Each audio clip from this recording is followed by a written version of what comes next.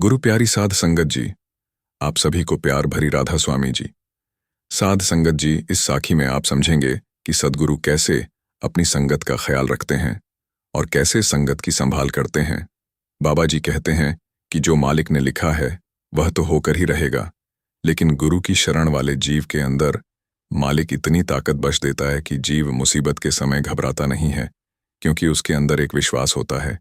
आज आप जानेंगे कि कैसे बाबा जी ने अपने एक सत्संगी की बेटी की शादी में दिया जाने वाला सारा सामान दिया।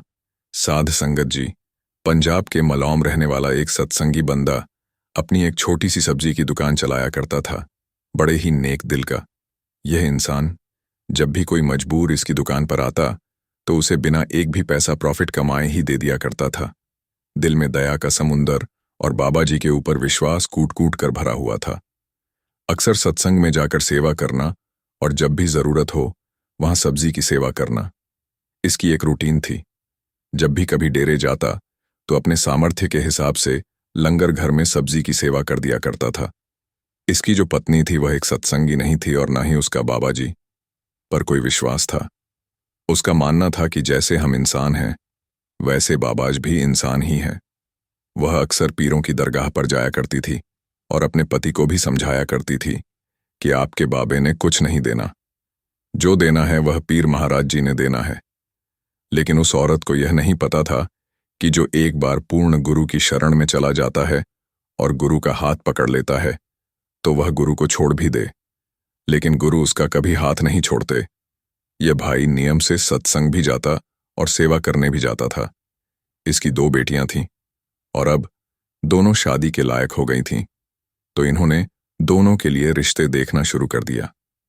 कुछ दिन बाद बड़ी बेटी का रिश्ता एक अच्छे परिवार में करवा दिया गया और लड़के वालों से बात करके शादी की तारीख भी पक्की कर दी गई।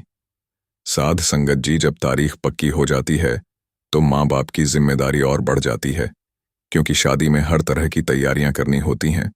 तो तारीख पक्की होते ही इन लोगों ने भी अपनी बेटी के लिए खरीदारी करनी शुरू कर दी और शादी का सारा सामान अपने ने घर में बाहर आंगन में बने एक कमरे में रखना शुरू कर दिया।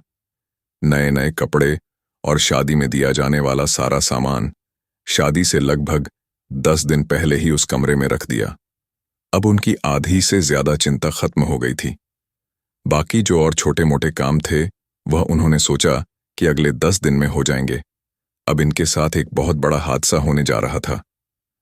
साध संगत जी, वीडियो के शुरू में मैंने आपसे कहा था कि बाबा जी कहते हैं जो लिखा है वह तो होकर ही रहेगा।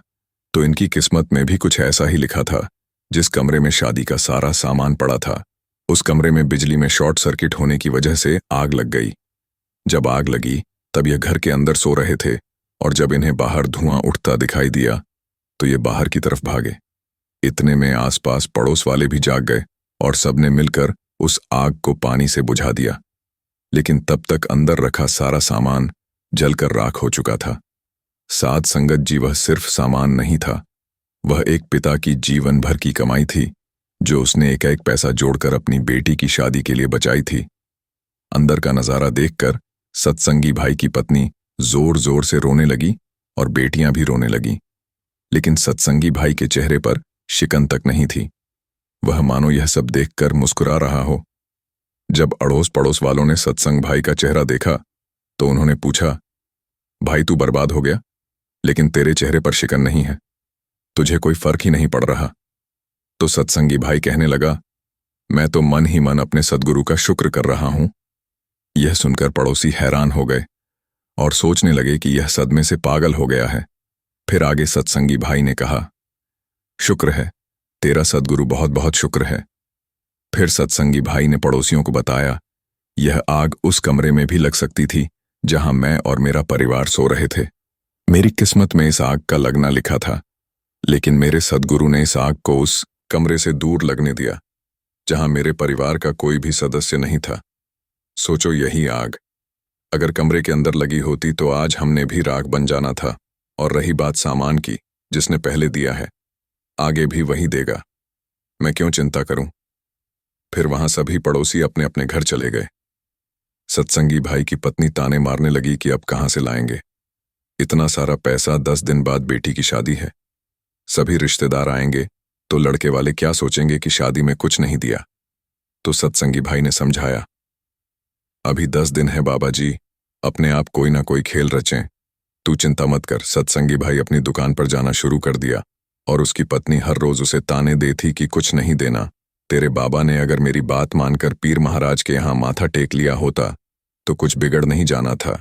सत्संगी भाई पत्नी के ताने सुनता और चुपचाप जाकर दुकान पर बैठ जाता था। ऐसे करते करते 8 दिन बीत गए। जब 9वें दिन सत्संगी भाई दुकान पर जाने लगा तो पत्नी कहने लगी, परसों बेटी की शादी है और आप कहीं से पैसा या शादी का सामान इंतजाम नहीं कर पाए, अब क्या होगा? सत्संगी भाई कहने लगा, जो होगा वह मालिक की मर्जी से होगा। यह कहकर सत्संगी भाई घर से बाहर निकल गया। उसी दिन दोपहर के समय सत्संगी भाई के घर का किसी ने दरवाजा खटखटाया। सत्संगी भाई की पत्नी ने दरवाजा खोला तो सामने एक लोडिंग गाड़ी खड़ी थी जिसमें शादी में दिया जाने वाला सारा सामान रखा था। यह देखकर सत्संगी भाई की पत्नी बहुत खुश हो गई और सोचने लगी कि उसके पति ने ही यह गाड़ी भेजी होगी, और वह गाड़ी वाले को कहने लगी कि सारा सामान अंदर रखवा दो। तो गाड़ी वाले ने और उसके साथ आए एक मजदूर ने सारा सामान अंदर रख दिया। जब शाम को सत्संगी भाई घर आया तो वह यह सारा सामान देखकर हैरान हो रहा था और वह सोचने लगा कि शायद मेरी पत्नी ने अपने किसी रिश्तेदार से पैसे उधार लेकर यह सामान खरीदा होगा, क्योंकि वह उस दिन से बड़ी चिंता कर रही थी जिस दिन आग लगी थी। तो सत्संगी भाई अपनी पत्नी से पूछने लगा कि कितने का आया सारा सामान। यह सवाल सुनकर सत्संगी भाई की पत्नी कहने लगी कि मुझे क्या पता, यह तो आप बताओ तो। सत्संगी भाई कहने लगा कि मैं कैसे बताऊं, मैंने थोड़ी ना खरीदा है ये सारा सामान। यह सामान सत्संगी भाई की पत्नी कहने लगी कि यह सामान मैंने भी नहीं खरीदा। दोपहर को एक गाड़ी वाला आया था और मुझे लगा कि इसको आपने भेजा है, इसलिए मैंने यह सामान उतरवा लिया। यह सुनकर सत्संगी भाई हैरान हो गया और उसको लगने लगा कि कहीं यह सारा सामान किसी और का तो नहीं था जो गलती से मेरी पत्नी ने घर उतरवा लिया। सत्संगी भाई ने उस सामान के एक डिब्बे पर लिखा, फोन नंबर पर फोन किया और पूछा कि यह बहुत सारा सामान आपने भेजा है क्या? तो दुकान वाला कहने लगा, जी हाँ, हमें कोई पेमेंट करके घर का एड्रेस दे गया था तो हमने आपके घर भिजवा दिया। सत्संगी भाई ने दुकान वाले से उसकी दुकान का एड्रेस पूछा और उसी समय दुकान पर पहुंच गया। वह पूछने लगा कि क्या आप बता सकते हैं कि कौन आपकी दुकान पर सामान की पेमेंट करके गया था? तो दुकान वाला कहने लगा कि पहले हमने उन्हें कभी नहीं देखा था, लेकिन वह एक सरदार जी थे और एक लंबी गाड़ी से उतरे थे।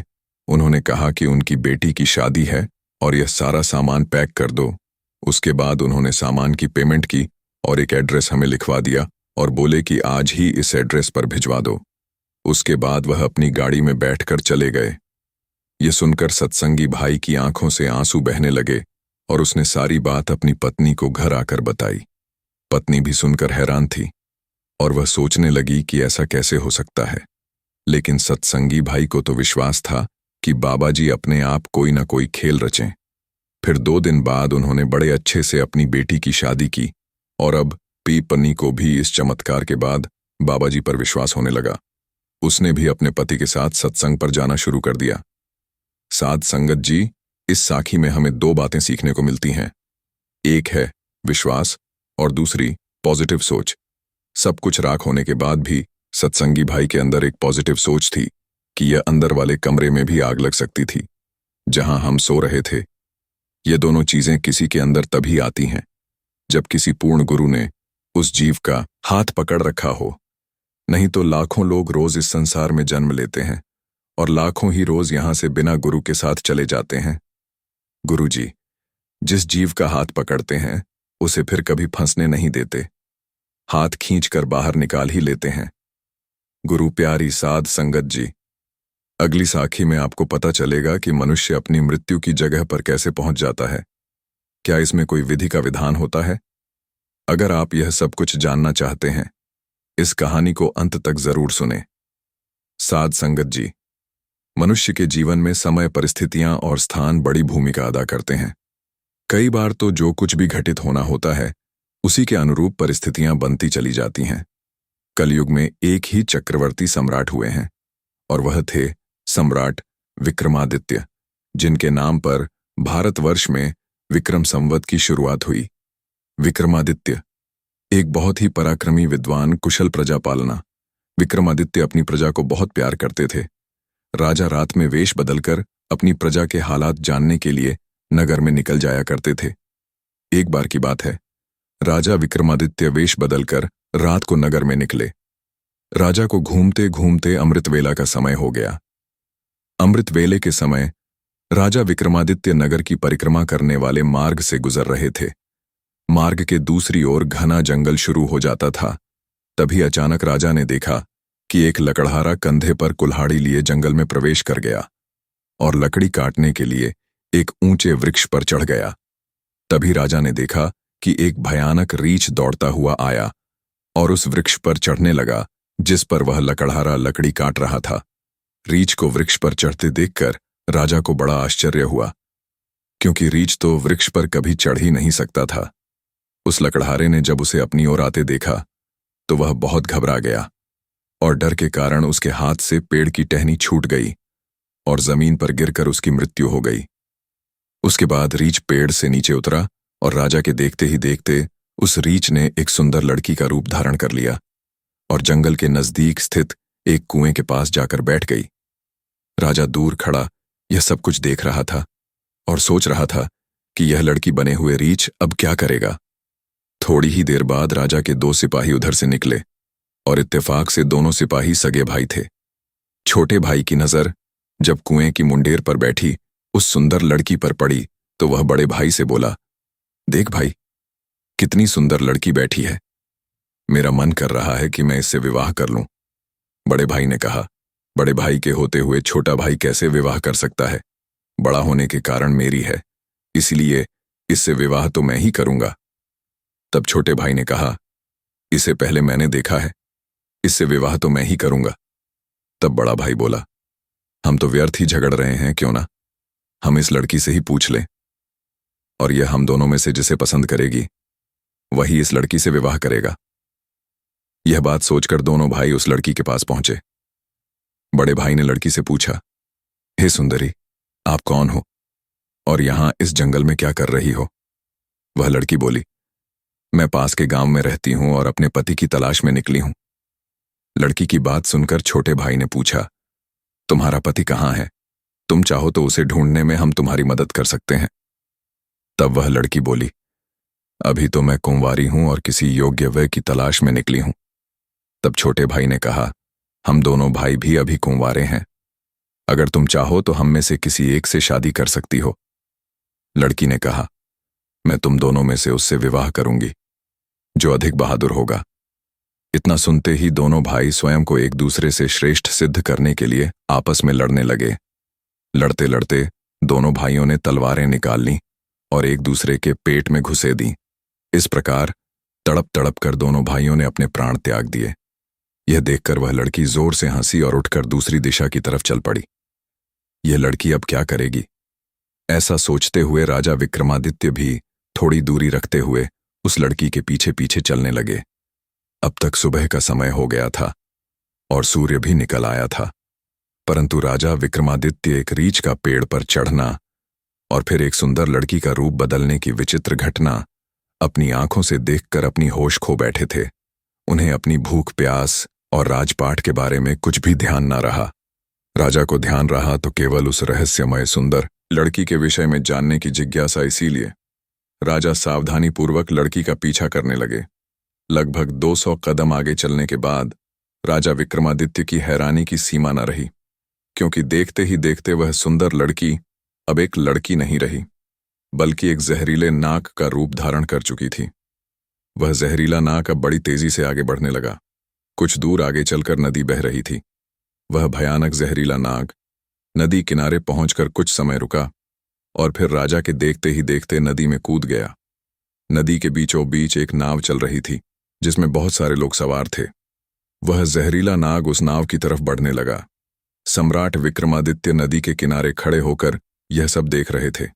देखते ही देखते वह जहरीला नाग उस नाव में कूद गया। नाग पर नजर पड़ते ही नाव में भगदड़ मच गई और लोग अपनी जान बचाने के लिए नाव से बाहर पानी में कूद पड़े। उनमें से जो लोग तैरना जानते थे वो तो तैर कर नदी से बाहर चले गए, और जो तैरना नहीं जानते थे वे सभी पानी में डूबकर मर गए। थोड़ी देर बाद वह नाग नदी से बाहर निकला और नदी के किनारे किनारे आगे बढ़ने लगा। सम्राट विक्रमादित्य उसके पीछे पीछे चलने लगे। कुछ दूर जाकर राजा विक्रमादित्य एक बार फिर हैरान रह गए, क्योंकि उस नाग ने एक बार फिर अपना रूप बदल लिया। अब वह एक बूढ़े ब्राह्मण के रूप में था। विक्रमादित्य ने सोचा कि इस रहस्यमय प्राणी के बारे में जानकारी लेने का अच्छा अवसर है, क्योंकि इस समय वह एक बूढ़े ब्राह्मण के रूप में है और मैं इसके बारे में आसानी से पूछ सकता हूं। यह सोचकर राजा विक्रमादित्य जल्दी से उस रहस्यमयी ब्राह्मण की ओर बढ़ने लगे। राजा विक्रमादित्य तेजी से चलते चलते एकदम उस ब्राह्मण के सामने पहुंच गए और उसे हाथ जोड़कर प्रणाम किया। ब्राह्मण ने भी हाथ उठाकर उनका प्रणाम स्वीकार किया। तब राजा विक्रमादित्य ने पूछा, आप कौन हैं? वह बोला, तुम्हें दिखाई नहीं देता। मैं ब्राह्मण हूं। राजा ने कहा, आप झूठ बोल रहे हो, आप ब्राह्मण तो नहीं हो। वह बोला, तो फिर तुम ही बता दो कि मैं कौन हूं। राजा बोले, तुम वो नहीं हो जो नजर आ रहे हो। वह बोला, मैं जो कुछ भी हूं, तुम्हें इससे क्या लेना देना? तुम अपने काम से काम रखो और यहां से जाओ। राजा ने कहा, मैं सच्चाई जाने बिना आपका रास्ता नहीं छोड़ूंगा, आपको सच्चाई बतानी ही पड़ेगी। वह बोला, मैंने तुम्हें बताया तो है कि मैं एक ब्राह्मण हूं। राजा बोले, आप मुझसे झूठ नहीं बोल सकते। मैं आपका तब से पीछा कर रहा हूं जब आप रीछ बने हुए थे। उस समय आपने उस नौजवान लकड़े को मारा, फिर उसके बाद आप एक सुंदर लड़की बने और उन दोनों सिपाही भाइयों को एक दूसरे के हाथों मरवा दिया। फिर उसके बाद आपने एक जहरीले नाग का रूप धारण करके नदी में छलांग लगाई और नदी पार कर रही नाव में घुस गए। तुम्हारी दहशत के कारण नाव में सवार यात्रियों में भगदड़ मच गई और नाव पलट गई, जिसके कारण आधे यात्री नदी में डूबकर मर गए। अब आपने बूढ़े ब्राह्मण का रूप धारण किया हुआ है। अब सीधी तरह से सच सच बता दो कि आप कौन हो। वह बोला, यदि ना बताऊं तो उसकी बात सुनकर राजा ने अपनी तलवार निकाल ली और बोले, तो फिर मरने के लिए तैयार हो जाओ। तुम नहीं जानते, यह राजा विक्रमादित्य की नगरी है और मैं राजा का वफादार नौकर हूं। उस धर्मात्मा राजा की नगरी में तुम इतने लोगों की जान लेकर जीवित बचकर नहीं जा सकते। इसलिए मरने से पहले जल्दी से बता दो कि तुम कौन हो। राजा विक्रमादित्य की धमकी को सुनकर वह बूढ़ा ब्राह्मण जोर जोर से हंसने लगा और बोला, मैं जानता हूं कि यह महाप्रतापी सम्राट विक्रमादित्य की राजधानी है और मैं यह भी जानता हूं कि तुम ही सम्राट विक्रमादित्य हो। फिर भी एक बार जान लो, तुम मुझे मार नहीं सकते, बल्कि एक दिन ऐसा आएगा कि मैं ही तुम्हें मरने के लिए विवश कर दूंगा। उसकी यह बात सुनकर राजा विक्रमादित्य सोचने लगे, जिसने इस वेश में भी मुझे पहचान लिया वो कोई छोटी मोटी हस्ती तो हो नहीं सकती। इसीलिए राजा विनम्र होकर बोले, अब आपने मुझे पहचान ही लिया है तो कृपया आप बताएं कि आप असल में कौन हैं। तब बूढ़े ब्राह्मण ने कहा, बिना मेरी सच्चाई जाने तुम मानोगे नहीं, इसीलिए मुझे बताना ही पड़ेगा कि मैं कौन हूं। राजन, अब ध्यान से सुनो कि मैं कौन हूं और तुम्हारी राजधानी में क्यों आया हूं। तब उस बूढ़े ब्राह्मण ने बताना शुरू किया, राजन, जो कुछ भी मैं बताऊंगा उसका एक एक शब्द ध्यान से सुनना। मेरा नाम काल है। तुम जानते हो कि इस संसार में जितने भी मनुष्य जन्म लेते हैं उनकी मृत्यु निश्चित है, इसलिए संसार को मृत्यु लोक भी कहा जाता है। जब मनुष्य माता के गर्भ में आता है तो उसके पूर्ण नाम बनने के बाद आत्मा उसमें प्रवेश करती है, अर्थात वह सजीव हो उठता है। मनुष्य के जन्म से पहले ही उसकी मृत्यु का समय, जगह और हालात, मतलब मृत्यु किस प्रकार से होगी, यह भी विधाता की ओर से इत्थ कर दिया जाता है। राजन, तुम यह भी जानते हो कि दुनिया के हर मनुष्य के जन्म मरण का लेखा जोखा चित्रगुप्त के पास है। जब भी किसी मनुष्य की मृत्यु का समय आता है तो वह धर्मराज को सूचित करते हैं। तब धर्मराज मुझे अर्थात काल को आज्ञा देते हैं। तब मैं मृत्युलोक अर्थात पृथ्वी पर आता हूं। मुझे यह पता होता है कि किस समय, किस जगह पर और किस हालत में मृत्यु होगी। मैं उस मनुष्य को निश्चित समय पर उस निश्चित जगह पर लेकर जाता हूं, अर्थात पहुंचा देता हूं जहां पर उसकी मृत्यु लिखी होती है। मैं उस स्थान पर वैसी ही परिस्थितियां अर्थात हालात बना देता हूं। उस लकड़हारे को मैंने नहीं मारा। राजा विक्रमादित्य बोले, तुम फिर झूठ बोल रहे हो। मैंने स्वयं अपनी आंखों से देखा है कि उस लकड़हारे की मृत्यु का कारण तुम ही थे। बूढ़े ब्राह्मण ने कहा, बेशक, कारण में बना था, लेकिन सांसारिक लोग तो यही समझते हैं कि लकड़हारे की मृत्यु पेड़ से गिरकर पेड़ की टहनी टूटने के कारण हुई। फिर मुझे तो मृत्युदेव धर्मराज के आदेश का पालन करना ही पड़ता है। उस लकड़े की मृत्यु पेड़ से गिरने के कारण लिखी गई थी, इसलिए मैंने रीछ बनकर वैसी ही परिस्थिति पैदा कर दी। नहीं तो जरा सोचो, यदि असली अर्श होता तो क्या कभी पेड़ पर चढ़ पाता, परंतु वह तो मैं था, और मेरे लिए कुछ भी मुश्किल नहीं है। अब अगर उन सिपाही भाइयों की बात करें तो उनको भी मैंने नहीं मारा। उनकी मृत्यु एक दूसरे के हाथों लिखी हुई थी, इसलिए मुझे लड़की बनकर वैसे हालात पैदा करने पड़े, और नाव में सवार कुछ लोगों की मृत्यु पानी में डूबने से लिखी थी। इसके लिए मुझे भयानक नाग का रूप धारण करना पड़ा। यह कहकर बूढ़ा ब्राह्मण बोला, राजन, मुझे लगता है कि अब तो आप अच्छी तरह समझ गए होंगे कि मैं कौन हूं और आपकी नगरी में क्यों आया हूं, और यह भी समझ गए होंगे कि समय, स्थान और परिस्थिति का सांसारिक मनुष्य के जीवन में कितनी बड़ी भूमिका होती है। सम्राट विक्रमादित्य ने बूढ़े ब्राह्मण रूपी काल की बात बड़े ध्यान से सुनी और गंभीर हो गए। काल कहने लगा, राजन, अब मैं चलता हूं राजा। विक्रमादित्य बोले, हे कालदेव, आपने मुझे बहुत अच्छी जानकारी दी है, जिसके लिए मैं आपका बहुत आभार व्यक्त करता हूं। कृपया जाने से पहले मेरे एक और प्रश्न का उत्तर देते जाइए। कालदेव बोले, पूछो राजन, क्या पूछना चाहते हो? जल्दी पूछो, मेरे पास इतना समय नहीं है। राजा विक्रमादित्य बोले, कृपा करके मुझे यह बताइए कि मेरी मृत्यु कब, किस स्थान पर और किस प्रकार से होगी। कालदेव ने कहा, राजन, यह मैं आपको जरूर बता सकता हूं कि तुम्हारी मृत्यु कहां और किस प्रकार से होगी, परंतु यह नहीं बता सकता कि तुम्हारी मृत्यु कब होगी। राजा विक्रमादित्य बोले, कालदेव, मृत्यु का समय बताने में आपको क्या आपत्ति है?